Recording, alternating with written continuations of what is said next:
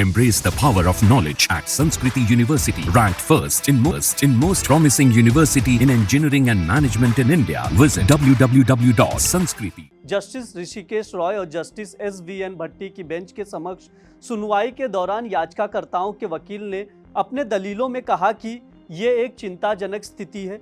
Police अधिकारी विभाजन पैदा कर रहे हैं। अल्पसंख्यकों की पहचान कर उनका आर्थिक बहिष्कार किया जा रहा है। शासन का आदेश समाज को बांटने जैसा है। वकील अभिषेक मनु सिंघवी ने कहा कि स्वेच्छा के नाम पर जबरन आदेश लागू किया जा रहा है। इस पर सुप्रीम कोर्ट ने कहा कि अगर कोई वेजिटेरियन है तो आखिर उसके साथ धोखा होगा, अगर उसे पता ना हो कि वो किस तरह की दुकान में भोजन कर रहा है।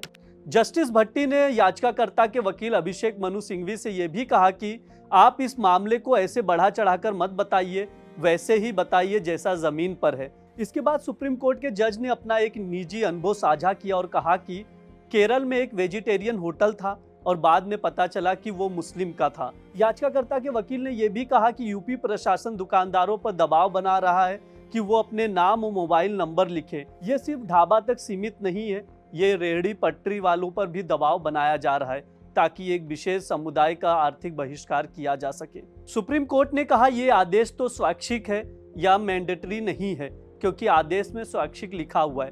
तभी सिंघवी ने कहा कि दुकानदार और स्टाफ का नाम लिखना जरूरी किया गया है। नाम ना लिखो तो व्यापार बंद, लिख दो तो बिक्री बंद।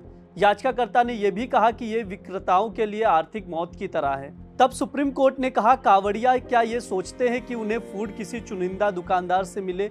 इस सवाल पर सिंघवी ने कहा कावड़िया पहली बार यात्रा तो नहीं कर रहे हैं, पहले भी करते आए हैं। जस्टिस SVN भट्टी ने यह व्यक्तिगत अनुभव का हवाला दिया और उन्होंने कहा कि मैं एक मुस्लिम होटल में गया था, इसमें सेफ्टी स्टैंडर्ड और हाइजीन के मानक अंतर्राष्ट्रीय स्तर के थे, वहाँ साफ सफाई थी, इसलिए मैं वहाँ गया था। ये पूरी तरह से आपकी पसंद का मामला है।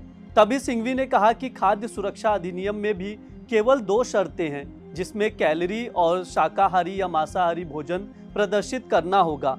जस्टिस भट्टी ने कहा कि लाइसेंस भी तो प्रदर्शित करना होगा।